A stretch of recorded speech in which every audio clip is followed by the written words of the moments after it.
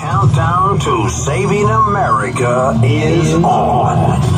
T-minus 76 days till Election Day. Freedom is back in style.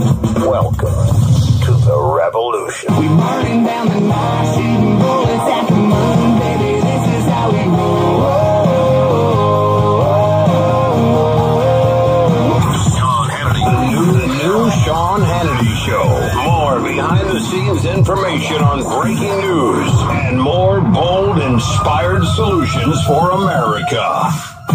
It has been reported you've made $5 million making speeches. The president made more than $100 million. Well, if you have no reason to remember, but we came out of the White House not only dead broke, but in debt. You made 3 speeches for Goldman Sachs. You were paid $675,000 for 3 speeches. Was that a mistake? I mean, was that a bad error in judgment? Look, I made speeches to lots of groups. I told them what I thought. I answered questions. But did you have to be paid $675,000? Well, I don't know. That's what they offered. So,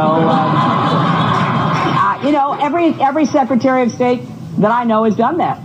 But that's usually once they're office and not running for an office again. Well, I didn't know. Have known. To be honest, I wasn't committed to running. I'm really proud of the Clinton Foundation. I am proud of the work that it does. Thanks to the Clinton Foundation, 9 million more people in our world have access to HIV/AIDS drugs because they negotiated contracts that made them affordable. And there is absolutely no connection between anything that I did as Secretary of State and the Clinton Foundation. I've heard you say that there's no evidence that any of the donors who have given to the foundation received anything in response from the State Department while Secretary Clinton was there. Nobody even suggested it or talked about it or thought about it till the political season began, and somebody said, well, what about this? Now, some of the companies that have supported the foundation for years, many of them before she was ever Secretary of State. She was a senator when I left office, right. So they do this. They do philanthropy too. No one has ever asked me for anything or any of that. Can you really say that these companies, these wealthy individuals, these governments, none of them sought anything? I mean, some of them did have business before the State Department. I don't know. You never know what people's motives are. And with respect to the foundation, I am very proud of the work the foundation does. I'm very proud of the hundreds of thousands of people who support the work of the foundation. I don't think that I did anything that was against the interests of the United States. Do you understand, though, that the perception itself is a problem? No. You don't? No. Look, I don't want to get into the weeds here. I'm not responsible for anybody else's perception. I asked Hillary about this, and she said, no one's ever tried to influence me by helping you. No one has even suggested they have a shred of evidence to that effect. I know how much money influences the political decision-making. All right, another day, another massive, huge issue involving the ethics of Hillary's and her campaign. It's like an explosion a day that keeps coming, and the bombshells keep coming, and it keeps coming, and it keeps coming back, pay to play. First, we get emails that were requested years ago. It's nearly 15,000 of them. What do we find out? When she was Secretary of State, this relationship between the Clinton Foundation and her State Department, you have 85 of the 154 non-government individuals, those people getting access to then Secretary of State Clinton, well, they're all donors to the Clinton Foundation or promised to back their programs. Now combine those 85 of the 154 people shelled out as much as $156 million.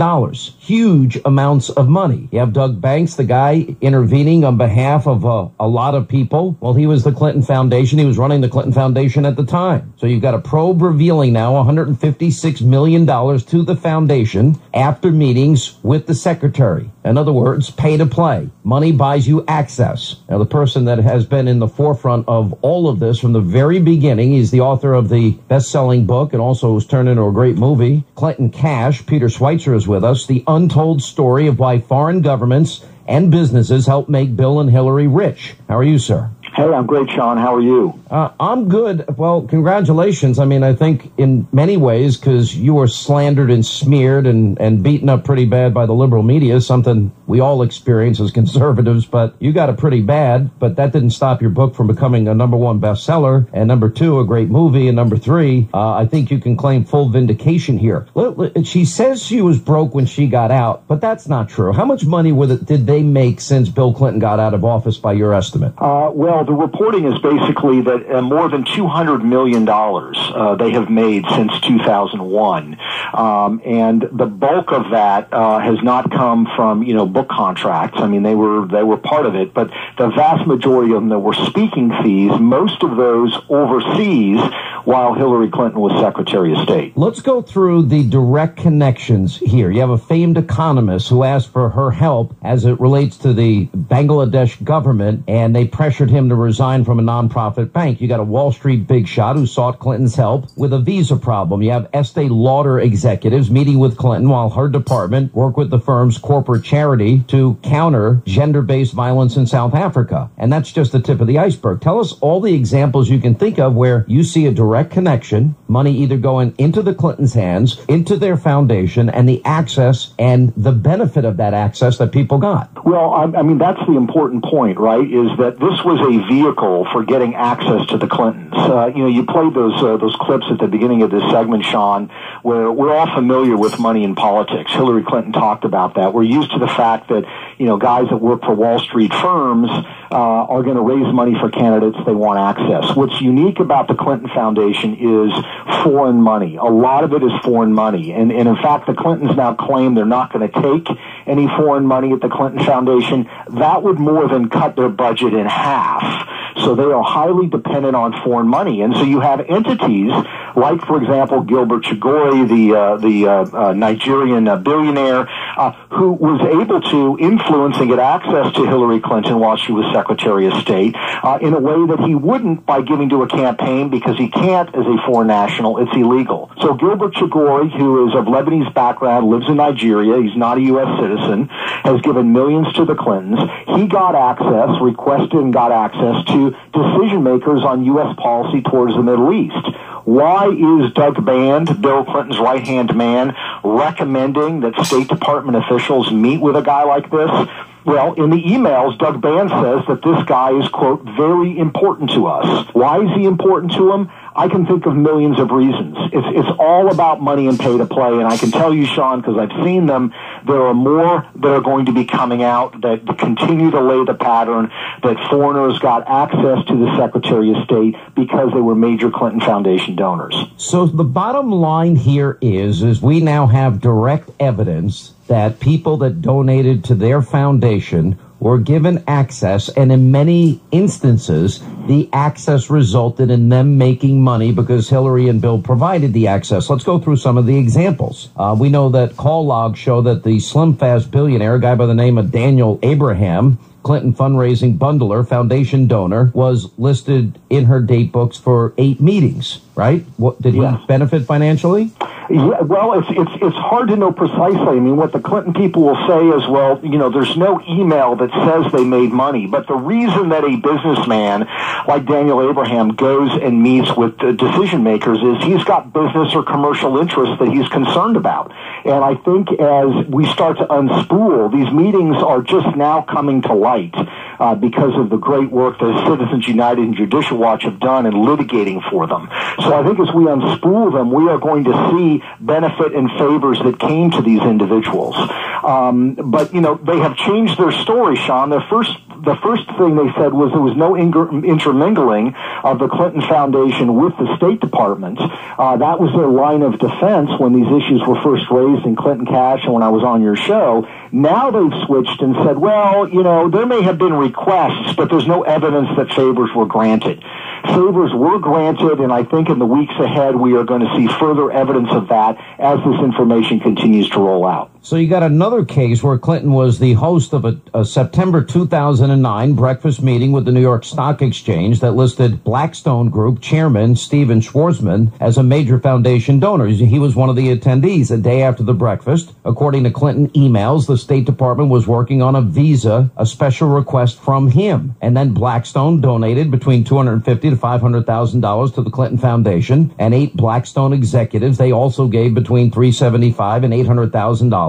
And a Blackstone's charitable arm, they pledged millions of dollars in commitments to 3 Clinton Global Initiative projects. I mean, if that does not say, okay, do this for me, one hand washes the other, what's known as a quid pro quo, pay to play, buying access, and I think you can even use the term bribery, I don't know what is.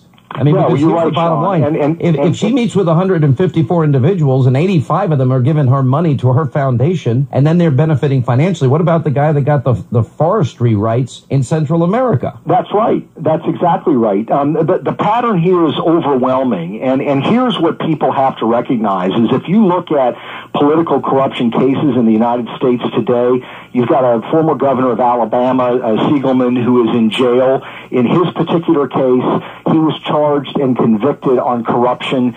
In that particular case, there was not even money that was going into his pockets. He did favors for somebody who was donating to an initiative that he supported. A jury convicted him and sent him to jail. You have Senator Menendez of New Jersey. In the case of the Clintons, the evidence is absolutely so clear, and they're trying to argue this absurd standard, Sean, that you have to have an email that shows that the transaction went down. The transaction did go down, and it's clear by the pattern of behavior.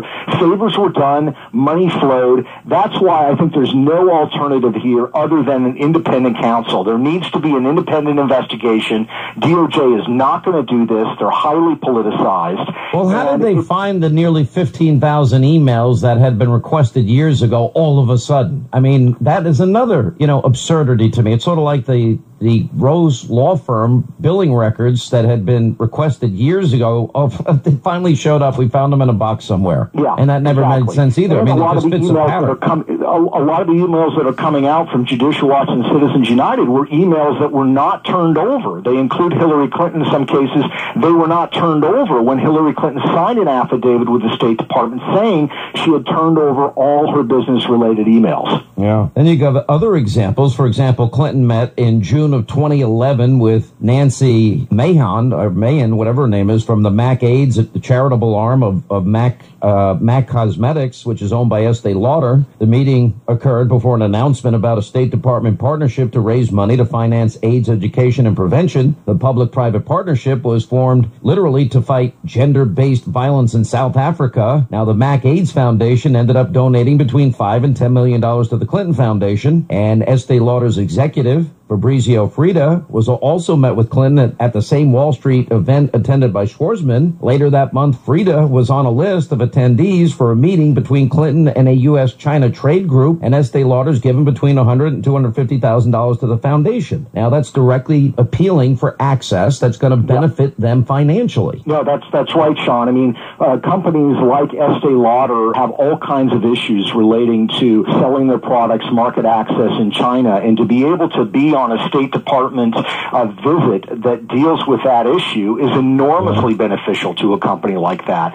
And people know it. And this is why, it's not just a function, Sean, of explicit favors being done. We see those favors being done. Giving somebody access, a seat at the table, is enormously valuable for these companies. Well, and let me ask you this. That calculation based on who's putting money in because your then pocket, you have contact. I understand. And that in and of itself has value to them, and they're looking out for their own interests. What do you make of Uma Abedin's role in all of this? And also Paul Sperry's piece over the weekend in the New York Post that she served 12 years as an editor of a radical Muslim journal until just before joining the State Department with Hillary. They're not denying it. They're just saying, her name was just listed as masthead in that period. She didn't play a role in editing the publication because, all right, even if you excuse the mistake, it shows just how radical her mother is. And that's somewhat troubling. Well, Sean, I think Uma Abedin is central to this. Number one, she is one of the most trusted aides for Hillary Clinton. Number two, she was a person who traveled with her everywhere. So she is there at any point in time that somebody needs favor and an access. And a lot of the emails indicate that Doug Band's go-to person is Uma Abedin. And finally, let's remember, Uma Abedin, when she's at the State Department, is also on the payroll of the Clinton Foundation and of Teneo, which is this magazine that has her name on it that her mother's involved in and she denied publicly. I mean,